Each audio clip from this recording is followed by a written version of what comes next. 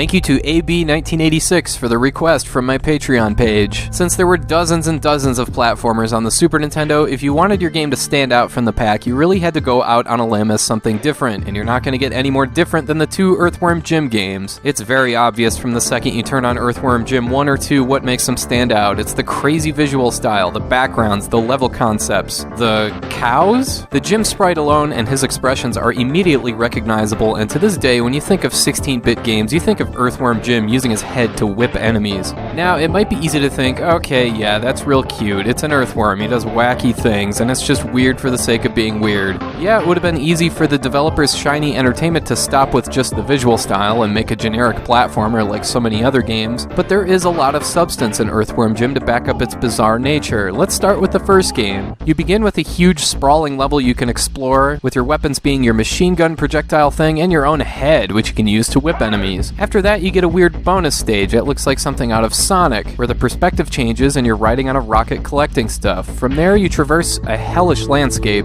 and end up fighting an evil cat where you send each of his 9 lives to heaven. Seriously, look at the background here, so cool. There's also levels where you commandeer vehicles like this space bubble thing and a giant hamster. There's a bungee jumping contest where you have to damage your opponent by pushing him into the wall or into the monster waiting at the bottom. And there's also an escort mission where you have to protect your dog. If he takes too much damage, he hulks up and drags you back to an earlier part of the level. Escort missions are always a pain, but the way it's done here is actually pretty funny and not too frustrating. Throughout the journey, you're met with all sorts of sight gags straight out of a Looney Tunes cartoon. I mean, you want to pause the game at any given moment just to see what the Jim sprite is doing. Like when he's riding the hamster, that's great. The music and sound design are on the same level as the visuals and really add a lot to the game. Everything eventually leads up to a final boss fight against Queen Pulsating, Bloated, Festering, Sweaty, Pus-Filled, Malformed, Slug for a Butt. Hey, give the game points for accuracy. Plus, don't we all have someone in our lives that we can describe in that exact same way? Earthworm Jim is far from perfect, though. Some of the levels are sprawling to the point that you end up asking, where the hell do I go, at least a few times. What, I climb up here? Now what? It can be frustrating. Not only that, but this game is hard. Some of the enemy patterns are completely unpredictable, and while Jim's head whip is unique from a design standpoint, it's too slow because it takes too many frames to execute. So if you use it, certain enemies will always be a step ahead.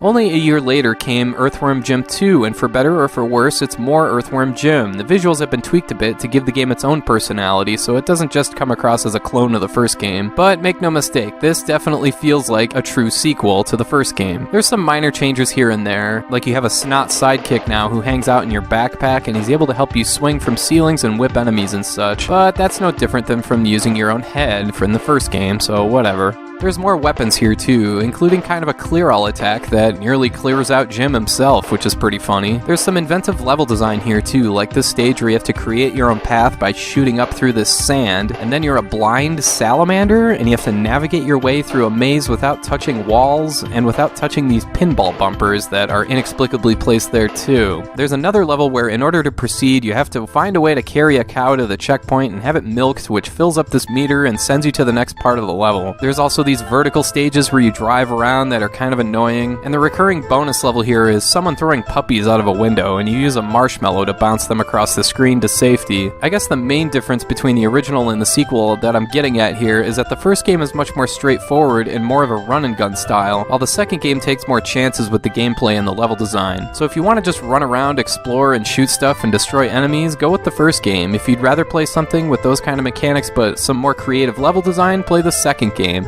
But just keep in mind, both games are really, really difficult. The second game in particular amps up the difficulty big time. But at least in that game, you get a password system. The problem is, you can only earn the password if you find 3 different items in the level, so that kinda sucks. Save states to the rescue. Both Earthworm Jim games got ports on the Genesis, Game Boy, Sega CD, Sega Saturn, PlayStation, and PC. And there are some excellent resources out there that compare the strengths and weaknesses of each port, like this video from Game vs. Game that looks at the SNES and Genesis versions of the first game. To me personally, I always kind of thought that Earthworm Jim played a little better on the Genesis, especially the first game. The music also just fit better. Take the first level theme for comparison.